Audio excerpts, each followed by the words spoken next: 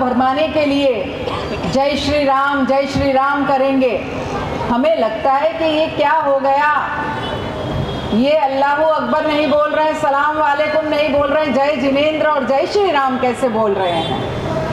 अरे भाई और बहनों, यही तो मौसमी नेता का असली रंग है, ताकि आपको कंफ्यूज करे कि असली है कौन।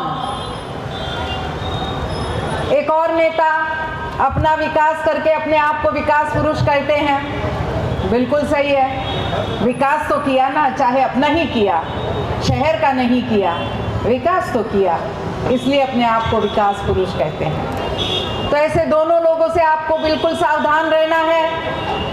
और 5 साल का ये लेखा जोखा जो सुमन जी ने मेरे लिए किया, उसको पढ़ने के बाद आपको विश्वास हो गया होगा कि असली काम करने वाला एक नेता कैसा होना चाहिए।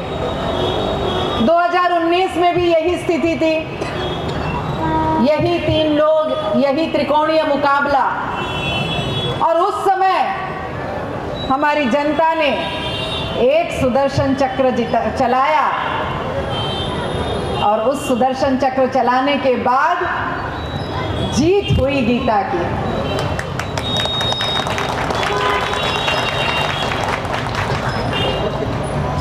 तो भाइयों और बहनों, इस भ्रम में ना रहे। जिनका कोट हमें बार बार मिलता है, कटेंगे तो बटेंगे, वैसे आदरणीय योगी जी कल हमारे शहर में आ रहे हैं। और आपको पता है, मुझे प्रेरणा योगी जी से बहुत मिलती है। उन्होंने अपना राजनीतिक कैरियर अपक्ष रह के शुरू किया था, युवा वाहिनी के साथ शुरू किया था, और कल जब वो हमारे इस शहर में आ रहे हैं, मैं आशीर्वाद जरूर चाहूंगी योगी जी का कि आपने जिस हिम्मत से 22 साल युवा सेना चलाई है, वह प्रेरणा हमें दे, क्योंकि आगे हमें भी गीता सेना शुरू करनी है।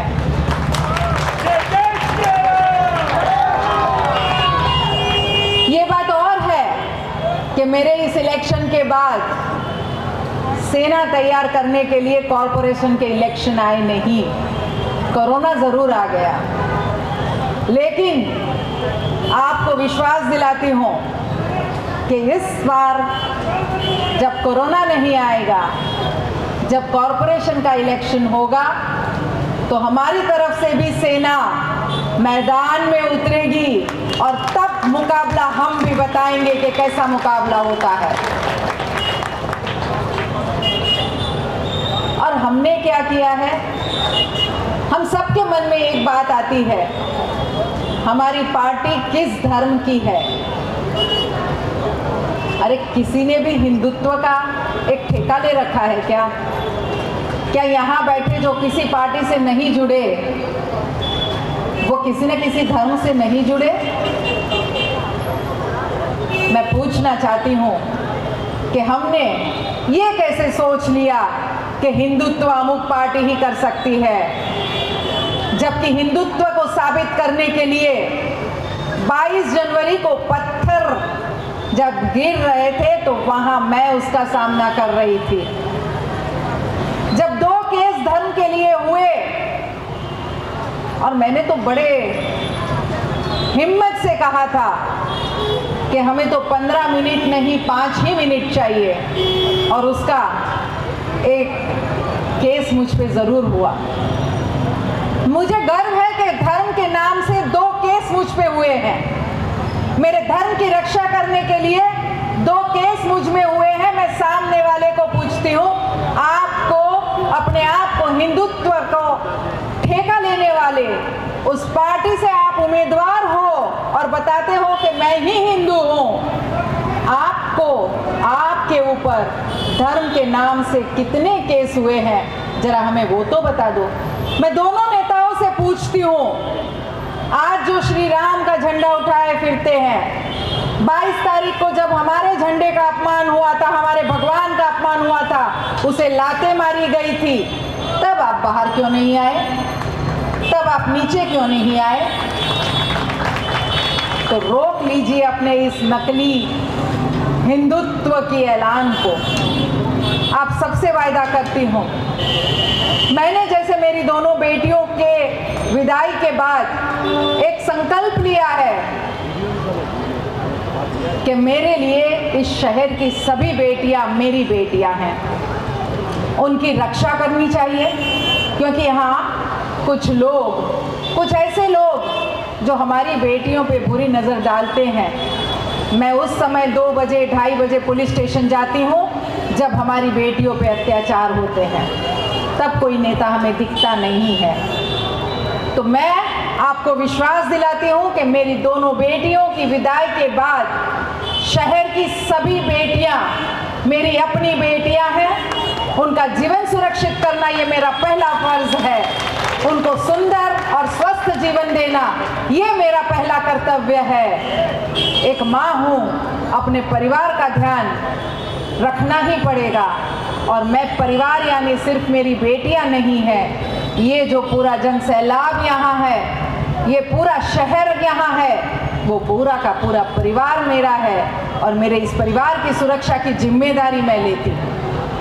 किसी से भी हो, चाहे विधर्मियों के आतंक से हो, चाहे कोई गुंडागर्दी से हो, चाहे कोई दादागिरी से हो, उन विरोधियों का सामना करके आप सबकी सुरक्षा की जिम्मेदारी मैं लेती हूँ। किसी बात से पीछे नहीं हटेगी आपकी ये हिंदू शेरनी। अपने धर्म को, अपने सत्य को साथ में लेते हुए इस शहर को स्वर्णिम युग की ओर ले जाने का मेरा पूर्ण प्रयास है। और आपको वचन देती हूँ, एक दिन आपके सपनों का ये मीरा भाईंदर ऐसा होगा कि हम बहुत गर्व से कह सकेंगे कि हम इस सुंदर, इस विकासशील, इस बहुत अच्छे ऐसे मीरा भाईंदर के नागरिक है। क्योंकि आने वाले कुछ सालों में आपको 24 घंटे पानी मिलने जा रहा है, आपको कैंसर का एक हॉस्पिटल मिलने जा रहा है, पूरे शहर को सीसीटीवी से लैस करके आपकी सुरक्षा बढ़ाई जा रही है, आपको 2500 करोड़ का एक लिंक रोड मिलने जा रहा है जो पर्याय होगा मीरा रोड से दहिसर जाने का।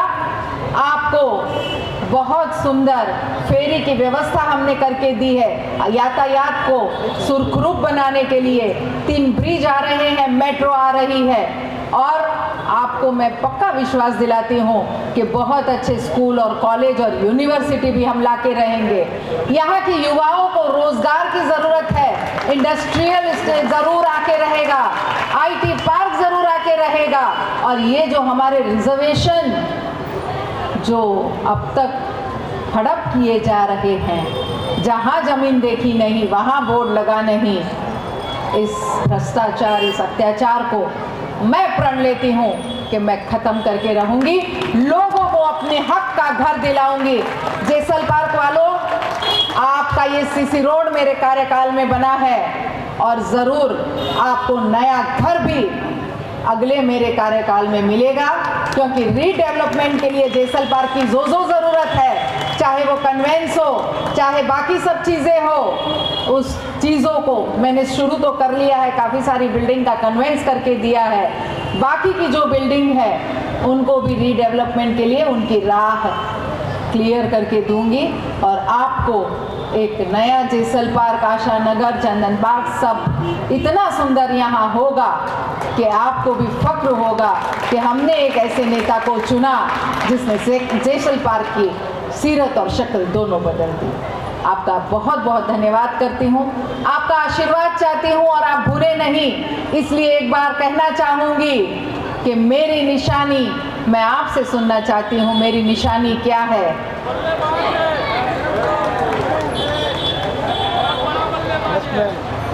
और नंबर क्या है?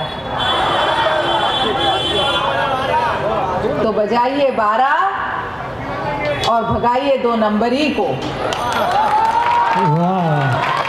आपका बहुत बहुत धन्यवाद। मैंने फिर कहा कि जान हथेली पे लेके, बल्ला हाथ में लेके वो चौकार और षटकार लगाना है कि विरोधी भी देखते रह जाए कि ये हिंदू शेरनी अपनी जान पे कैसे खेल के इस शहर का विकास करती है। बहुत बहुत धन्यवाद। जय हिंद, जय भारत, जय श्री राम, जय श्री राम, जय जय धन्यवाद। बहन आपको ना एक शक्ति का आशीर्वाद यहाँ पर मिल रहा है, इधर जोरदार तालियां होनी चाहिए। भारत माता की, भारत माता की। ये जनक विधानसभा है दोस्तों, और देखिए जनता का आशीर्वाद जिनके सर पर है, वो विपक्ष होने के बावजूद भी 22 साल यहाँ पर सत्ता में है। और जब जब जनक विधानसभा होती है, कल की सभा में भी एक हमारे मतदार मंच पर आ चुके थे, वैसे ही आज भी यहाँ पर कोई आया है, मैं उन्हें बुलाना चाहूँगा। दीदी कहाँ पर है, आइए ना इधर दीदी प्लीज। ये मंच पे है, इनको 2 शब्द आपके लिए 2 वर्ड बोलना है मुझे। बोलिए। जी आपका पहले नाम बताइए क्या है? सोनू परमार। जी वहीं पर बताइए जो भी है। मेरा नाम सोनू परमार है। पहले मैं आप सबको दिल से थैंक यू बोलती हूँ कि आप मैन के लिए आए हैं। मुझे किसी से मैन भी मुझे शायद नहीं जानते, उनको पूछ लीजिए ये मुझे जानते हैं क्या। आप में से कोई मुझे शायद नहीं जानता है। मैं आम जनता में से उठ के आई हूँ, मैं कुछ काम से निकली, मैन को देखा, मैं रुक गई हूँ यहाँ पे। मेरे हाथ में सामान भी है, मुझे 2 मिनट दीजिए खाली। मैं सबसे पहले मैन को तहे दिल से थैंक यू। जो अपने लिए नहीं लड़ रहे वो हमारे लिए लड़ रहे, ये बात आप सब याद रखना। उनके पीछे अपने भाई को, बहन को, बेटी को, भाभी को, किसी को नहीं लाया है, सिर्फ वो अपने लिए आई है।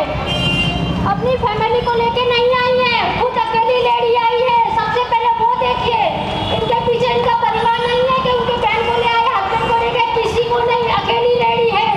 ये चीज आप याद रखना। इनको खींचने को, गिराने को हर 1 मिनट में कोशिश की जा रही है। हर रात को मैं मीडिया में कंटिन्यू 12-2 बजे तक मैं देख रही हूँ, मैडम को गिराने में कोई कमी नहीं छोड़ रहे। लेकिन मैम आप सच्चाई और ईमानदारी से लड़ रहे हैं, वो सबसे बड़ी जीत है आपकी।